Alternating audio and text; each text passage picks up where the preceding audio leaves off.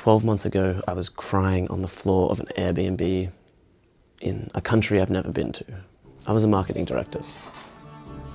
A good title, a good job, good money, I could travel whenever I wanted.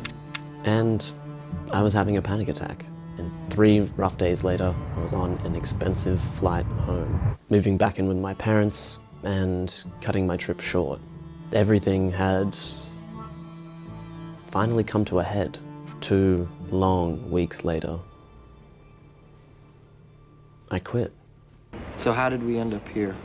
Fast forward to now, I am the happiest I've been in years. And in this video, I want to show you the 2 things that have changed everything. Because what I learned in the last 12 months after this breakdown could save you years of building a life that was never yours to begin with. A good job doesn't break you. It puts you to sleep. You don't burn out in a flash. You fade in silence over years. You wake up, you go to work, you perform, you get praised, you make mistakes, you get stressed, you go home, or in my case, you shut your laptop, you do it all again tomorrow. And somewhere in between the Monday morning stand-up and Friday afternoon clock off, you stop asking yourself the one question that matters. Is this what I want? I remember being at dinners with friends and meeting new people, and I was embarrassed. Someone would ask the fabled question, "So Liam, what do you do with yourself?" I could feel my chest tighten, and I never wanted to answer. But I did. I'd say, marketing director. And it didn't feel like me. I didn't connect with it. And I certainly never wanted to explain what I did for work. Now, this should have been the first red flag. When the thing that you do for a living makes you anxious saying it, something's off. It's not the job. It's you. But things are fine. The money's good. The role has some kind of social credibility from the outside. You keep planning to do your own thing. And you're waiting till next quarter to start. Maybe next year. But just sometime when the time is right. The time is never right. I kept seeing the same things show up in my journal year on year.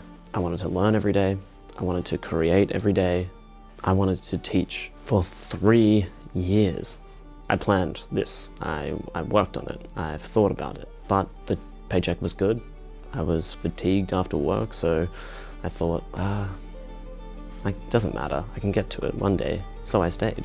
And the gap between who I was and who I wanted to be kept growing until I broke. After the dust settled, and so did my nervous system, I spent months trying to figure out what went wrong. And the answer was simple. I'd been building someone else's dream, and I didn't even know it. It's like that movie Inception, where the core idea is to go into someone else's dream and implant something in there so that when they wake up, the idea feels like their own. Well, dreams, they feel real while we're in them, right? It's only when we wake up that we realize something was actually strange. And that's what happened to me. Each day, without paying attention, I was soaking in expectations of money, love, happiness, relationships, and success. And in looking back, I woke up in a life that looked right, but didn't feel like mine. So here's what I did about it, and what you can too. I sat down on a Tuesday morning with a blank page and a 45-minute timer. I just wrote everything that I wanted in life. No filter, no is this realistic, just the truth of what I wanted. Then I went for a walk around the block and came back, set another 45-minute timer. And this time I wrote exactly what I do not want, where I don't want to live, what I don't want to do for work, what I don't want my life to look like. And when I was done, I asked 2 questions. Is this my dream, or is it someone else's? Some lines you cross out. What is left was mine. I put it in a document and I started to read it multiple times a week. Within a month, my actions have started to shift. Not because I forced them, but because I now knew what I was moving towards.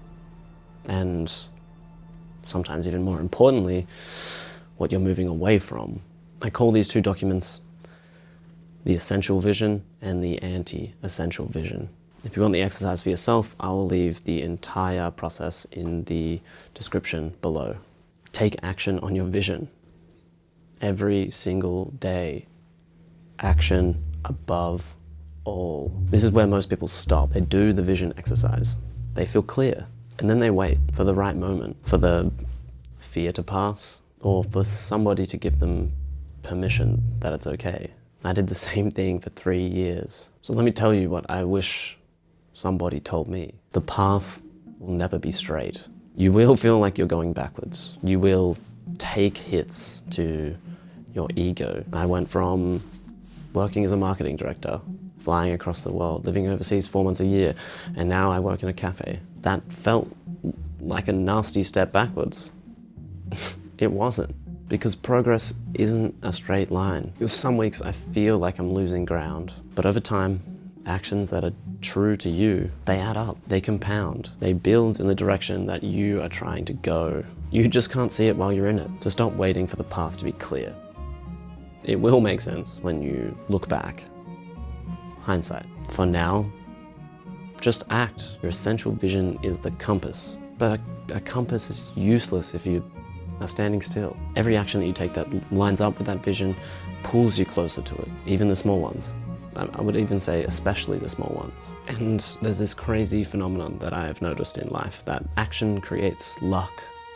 My old mentor used to say, outflows equal inflows. He meant this completely in a marketing reference, but it has some wisdom that can be applied to the rest of life. The more you put out into the world, the more that comes back. Not in a clean, one-to-one fashion, but in a messy, surprising, you could have never planned for it kind of way. And strange things like sparking up conversations with somebody that's working in their garden, listening to someone's story that you're passing in the street or ordering a coffee from, and creating something and sharing it out in the world before it's even ready. You do this enough, things start coming back to you that you could have never predicted. Some people might look at your situation and call that luck, but it's not luck. It's a compounding result of showing up and acting on what's true to you over and over. The person who sits with the perfect vision and does nothing gets nothing back. The person who acts on it, even if poorly, even scared, even when not ready and too early, starts a chain of events that they could have never mapped out. 12 months ago, I was on the floor of an Airbnb, thinking my life was falling apart. Now I'm sitting at home in Melbourne, happier than ever, building something that is mine, learning every day, creating every day, doing all the things that kept showing up in my journals for years. The panic attack wasn't the end of something, kind of the beginning. Your essential vision shows you where to go. Action is how you get there. So go build it. Go build your vision, action by action, build it piece by piece. You got this. I wish you all the good luck. Thanks for watching. I'll see you in the next one.